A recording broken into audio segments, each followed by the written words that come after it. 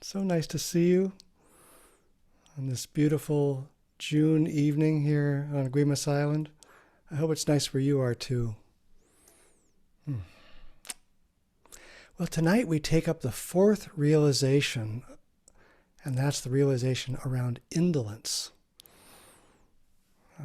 I'm looking forward to this because of our discussion on desire earlier, kept pointing us toward this one. So I'm hoping this is a good continuation of that. I'm going to share my screen and put this up. Would someone be willing to read this for us? And if you are, just please jump right in and do that. The fourth realization is the awareness that indolence is an obstacle to practice. You must practice diligently to transform unwholesome mental states that bind you. And you must conquer the four kinds of Mara in order to free yourself from the prisons of the five aggregates and the three worlds.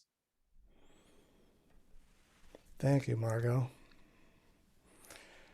So this fourth realization, it tells us what we've heard from our mothers and our teachers and our coaches and just about everybody except Thich Nhat Hanh. And that is, don't just sit there, do something. Yeah. Get going. Get off the couch. Make something of yourself. Get it done. But this realization is more nuanced than that. It says that, but it says more. It's the counterbalance to the realization on desire. These two inter-are. They go together. The realization on desire says those with few desires and ambition are able to relax. And yet this realization says you must practice diligently. So when we hold both those together, we have to live in this ever-shifting middle ground between them. And how do we do that? So that's what I want to really talk about tonight, is that shifting middle ground between them. So if we define indolence, it's not really a word we use that much in English, but we can talk about it as laziness. And that's its usual usage in English.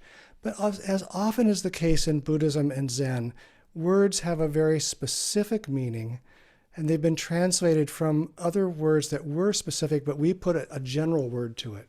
So it has a very specific meaning. And indolence means failing to act on what we know. Failing to act on what we know. Next week, we'll talk about ignorance. And ignorance is ignoring the truth, but indolence is failing to act on the truth.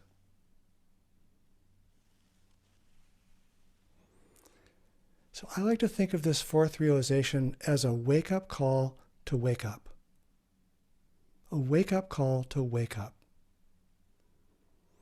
It tells us very clearly, don't wait.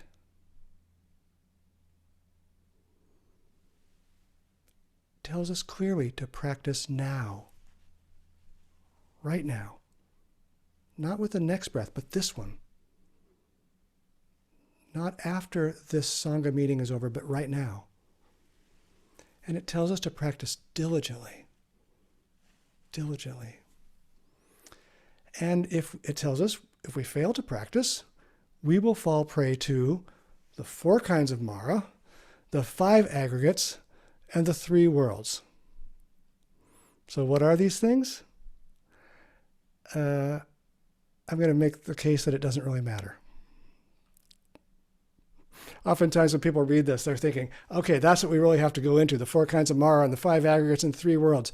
But the reason I say it doesn't really matter is because those were ways that the Buddha described suffering so people in his time could understand it. And the Buddha lived in a philosophical era and spoke a language that was analytical and was taking things apart, that was looking at things clearly and trying to understand scientifically what was going on. So there's all sorts of lists of these sorts of things in Buddhism. So it's very common that we'd have these 4 kinds of Mara, and here's the 4, and the 5 aggregates, here's the 5, and the 3 worlds, and these are the 3. But we live in a psychological era rather than a philosophical era. And so we have a whole different language for our suffering. So rather than the 4 kinds of Mara, we might talk about anxiety and anger, and addiction and apathy and aggressiveness, ambivalence, abandonment, and on and on. That's just the beginning of the A's. We could go on and on. We could spend the whole night elucidating our language of suffering. So while it's really important that we eventually understand the metaphors the Buddha used, tonight I don't think it's that important that we understand them. I think we know what our suffering is in our own language right now. But the underlying point is that if we're lazy and we don't practice, suffering will surely follow us, no matter how we describe it. So this realization says, don't wait. Practice now and practice diligently.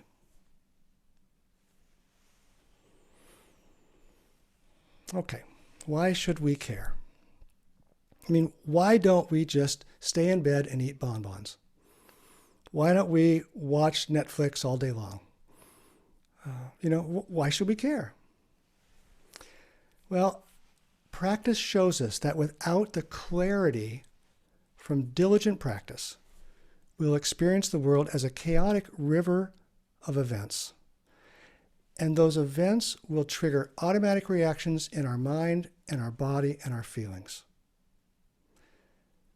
So I just want to say that again. Without the clarity that arises from diligent practice, we experience the world as a chaotic river of events.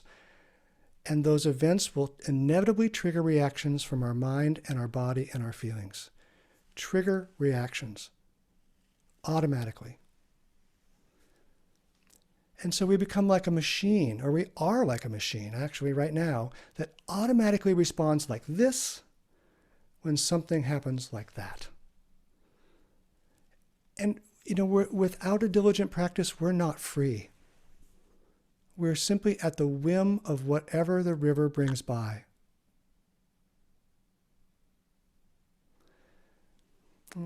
Since I was a little child, I've carried this question, what should I do? How should I respond to my own chaotic river of events? And that question, what should I do, was a koan for me before I even knew what the word koan was. It was something I wondered about a lot, and still wonder about a lot. And unfortunately, much of my life is spent repeating the same habitual reactions again and again and again.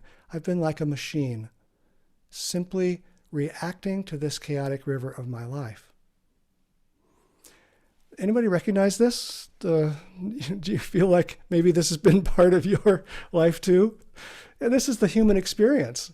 And it's why we come to practice, because we realize that this is not how we want to live. We don't want to just be a machine. We want to be a free person, able to not just react, but to respond. So this realization encourages us to shift and transform our habitual reactions so we can be that free person. And we become free by not wasting a single moment of this precious life. Not a single moment. We have to be diligent. We can't be indolent.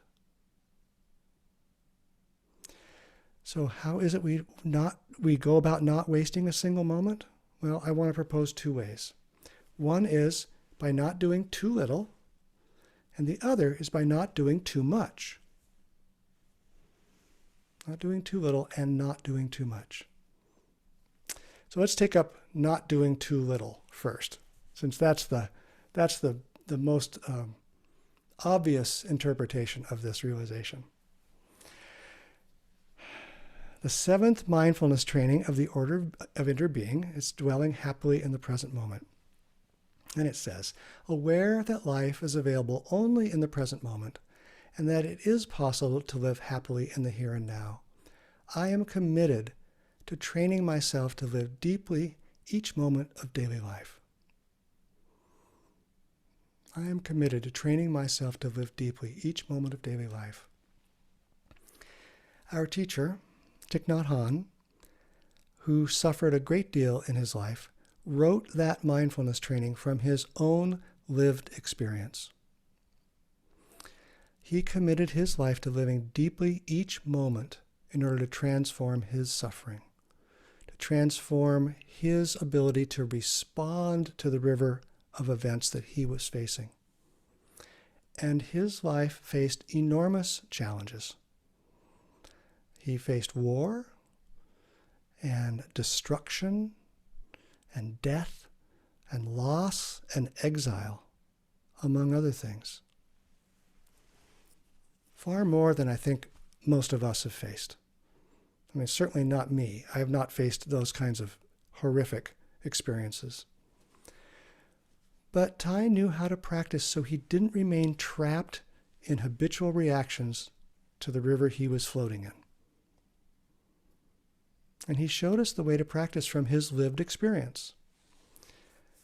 So some of the things that have mattered to me in his lived experience that came into his teachings are he was deprived of his home. You know, he left Vietnam to participate in the peace process, and the government did not trust him because he wouldn't take sides, and so would not let him back in the country for more than 40 years. So imagine what it feels like to be unhomed that way. Where the people he wanted most to help, he could not go home to help. The people he loved and grew up with, he could not go back to be with. So he suffered a lot. What did he do? What was his transformation? He learned to find home in every step that he took. He couldn't step on the soil of Vietnam, but he could arrive home with every step. And he wrote a poem about it. I have arrived. I am home in the here and in the now. I am solid. I am free. In the ultimate I dwell. He found home in every step. That's how he transformed his river of suffering. Another thing he did when he was battered by grief and loss, he actually went and took refuge in grief and loss. He took refuge in the very nature of birth and death. He learned to see the compost in the rose and the rose in the compost. He learned to see the mud in the lotus and the lotus in the mud. So as his friends were dying, as his fellow countrymen were dying, he learned to take refuge in the very fact of birth and death. And he transmitted that to us.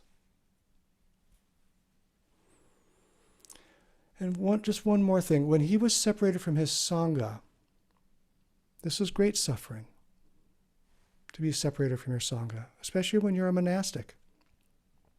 So what did he do? He built a Sangha from non-Sangha elements. He built a Sangha from Westerners who did not understand the depth of Buddhist practice. He built Sangha in a language that he had to learn. Can you imagine offering this deep and subtle practice in a second or third language?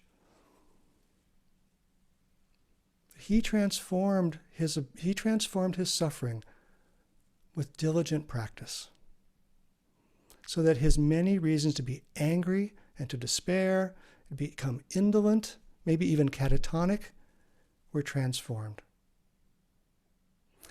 And this is the practice we've inherited. This practice that it contains the seeds of deep suffering and profound transformation.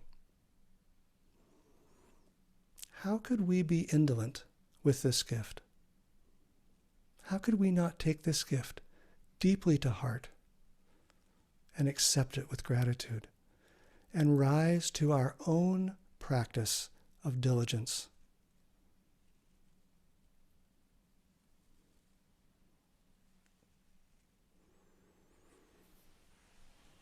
So not doing too little means fully engaging with practice right where you are.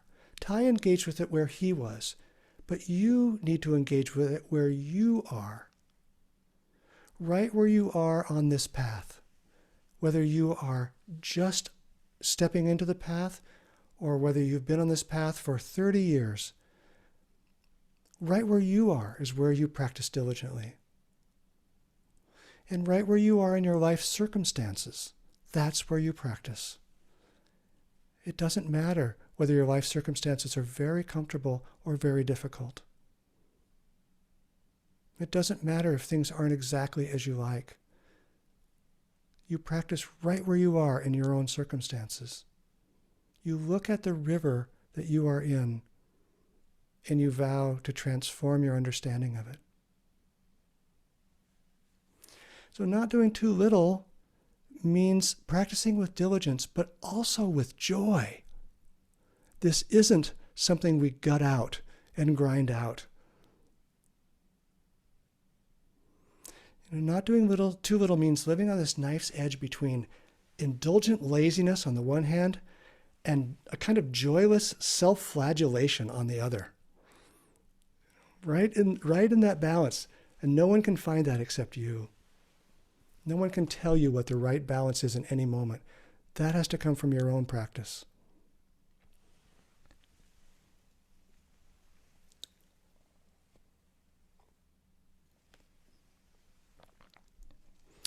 So speaking of joyless self-flagellation, how about we talk about doing too much? Doing too much.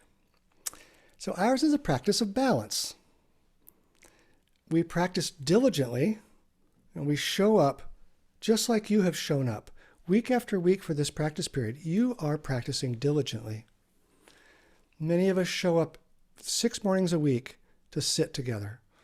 We show up week after week for all sorts of practice. We do it in our daily life. We use our gatas. We do all these things.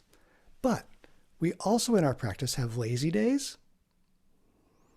We have guided relaxations.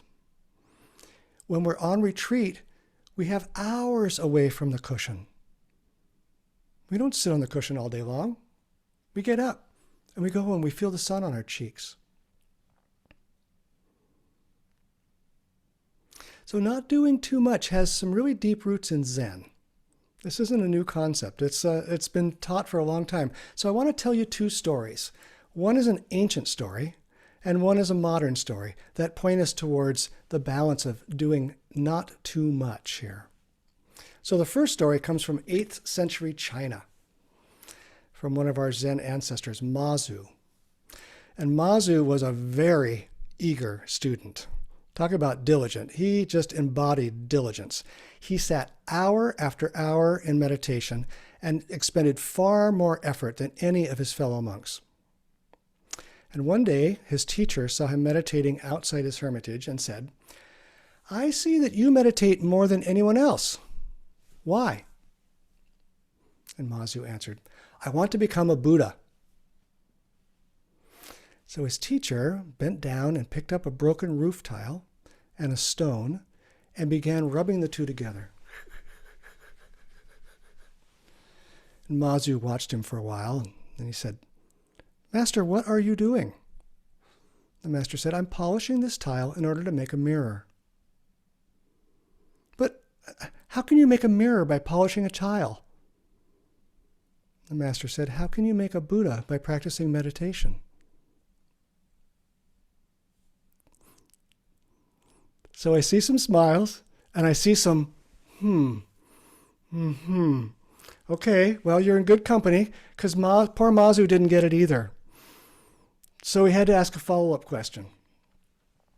So he asked the master, "Well, then, what should I do?" And his teacher replied, "If your ox cart doesn't move, which do you whip, the cart or the ox?" Mazu understood that. Yeah. So let's unpack this a little bit, because these stories could be kind of hard to access. So Mazu was making effort, but he wasn't making right effort. Indolence can be failing to act, but it can also be whipping your ox cart. And Mazu was whipping his ox cart. He was exhausting himself with fruitless effort. He was doing too much. You know, what his teacher was trying to show him by picking up a tile and rubbing it with a stone was that you can't make something into something else simply by unhelpful effort, by too much effort. Mazu was already a Buddha. He just didn't know it yet. All that meditation wasn't going to show him.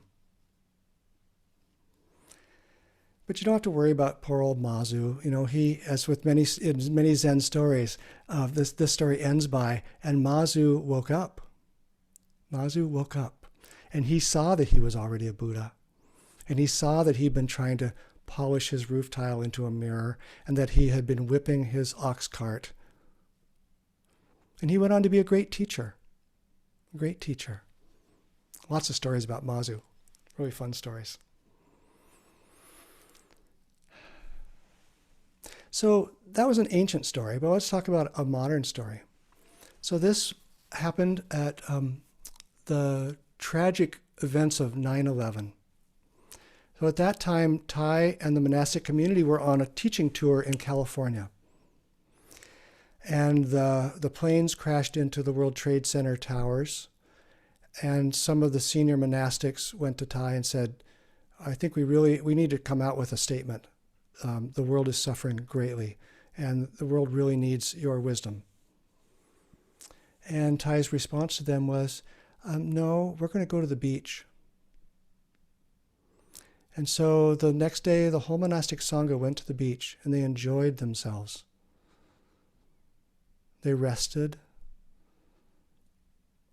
And at the end of the day, they did exactly what they had suggested the day before. They wrote a statement that they could release to help the world, to comfort the world, to express compassion and understanding. And the statement that they released was a much deeper and truer and effective statement than they would have released the first day. Because they needed to not whip their ox cart and rush to doing something too soon. Thai knew that what they needed to do was rest and come home to themselves and find their true heart of compassion and understanding so that they could express that true heart rather than a heart of fear or anger.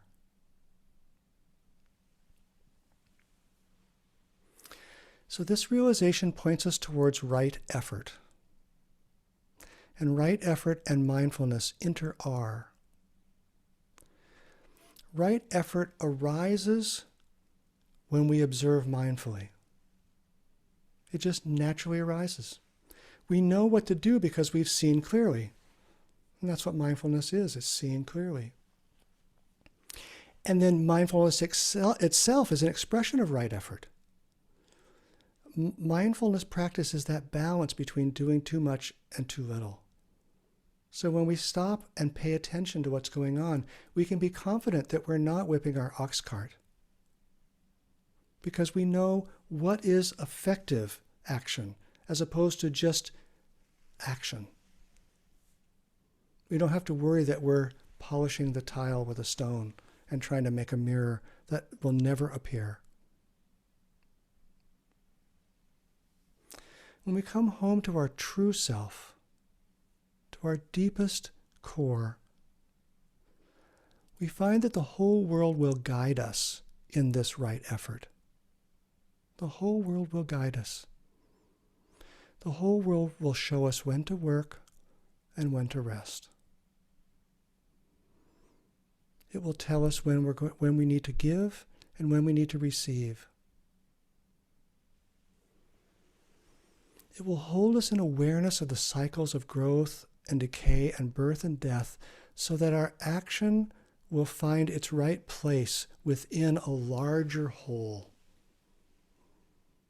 We don't have to just run around expending effort, but mindfulness practice brings us in touch with our true self, and all our true self and everything around us will guide us toward effective, diligent practice. Balance between too much and too little. And we have to walk this path ourselves. There's no teacher, there's no book, there's no Dharma talk that can say anything that replaces our own time and effort. That voice of wisdom that lives inside all of us. No one can do that for us. That truth that arises when we look deeply is universal, but its realization is always deeply personal. Always deeply personal. And we each have to realize the truth for ourselves. No one else can wake us up. No one else can practice this realization.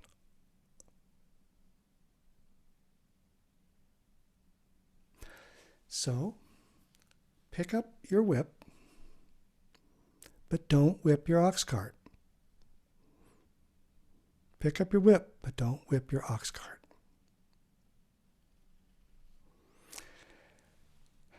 I'd like to read the realization one more time.